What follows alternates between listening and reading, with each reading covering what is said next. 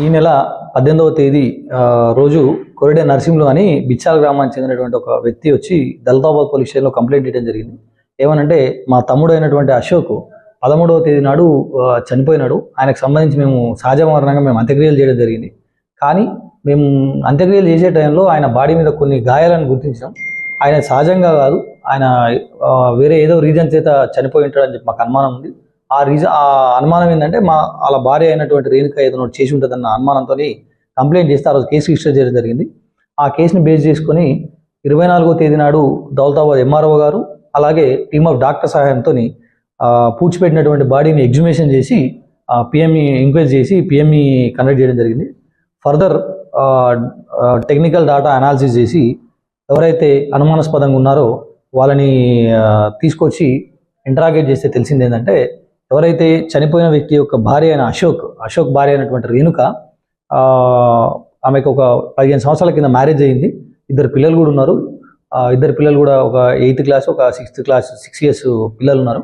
అయితే అతను చాలా కాలం హైదరాబాద్లోనే పాప్కార్న్ కానీ అది అమ్ముకుంటూ అక్కడే జీవిస్తున్నాడు. అయితే ఈమె మాత్రం ఇక్కడే ఉంటూ వ్యవసాయ కూలీగా పనిచేసుకుంటుంది.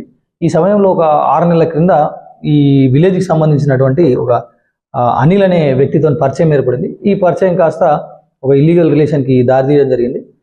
ఈ ఇద్దరి క్రమంలో ఏంటంటే హైదరాబాద్లో ఉండడంతో కొంతకాలం సాఫీగా సాగింది.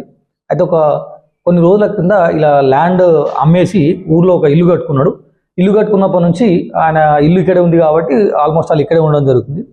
అయితే ఈ విషయంలో ఆమెకి ఈ ఇల్లీగల్ రిలేషన్ ఉన్న అనిల్తోని ఈ భర్త ఉండడం వల్ల కొంచెం ఇబ్బందికరంగా అనిపించింది. అదేగాక ఈయన భూమి అమ్మినప్పుడు కొంత డబ్బు ఇంకా ఎవరైతే కొన్న వ్యక్తి ఇవ్వాల్సింది, ఆ డబ్బులు ఈయనకి ఇవ్వకుండా భర్త ఏం చేసినాడంటే ఆయనకు రేచీకట్ ఆయనకి. సో ఆయన ఐ సర్జరీ చేసుకోవడం జరిగింది. మిగిలిన పైసలు ఆయన సొంతానికి వాడుకున్నాడు.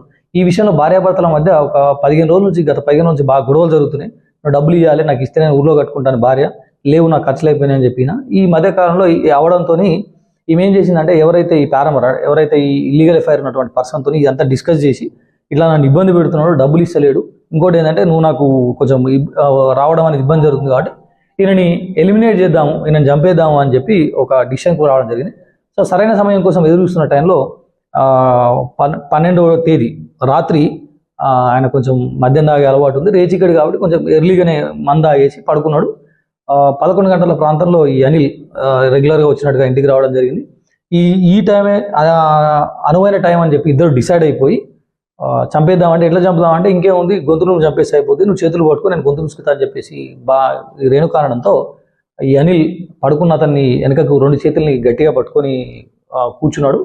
ఈమె 2 చేతులతో గొంతు నొక్కడం జరిగింది. ఒక 5 minutesలో అట్లా ఆయన చనిపోవడం జరిగింది. చనిపోయిన నిర్ధారించుకున్న తర్వాత అనిల్ యథావిధిగా ఇంట్లో నుంచి వెళ్ళిపోయాడు.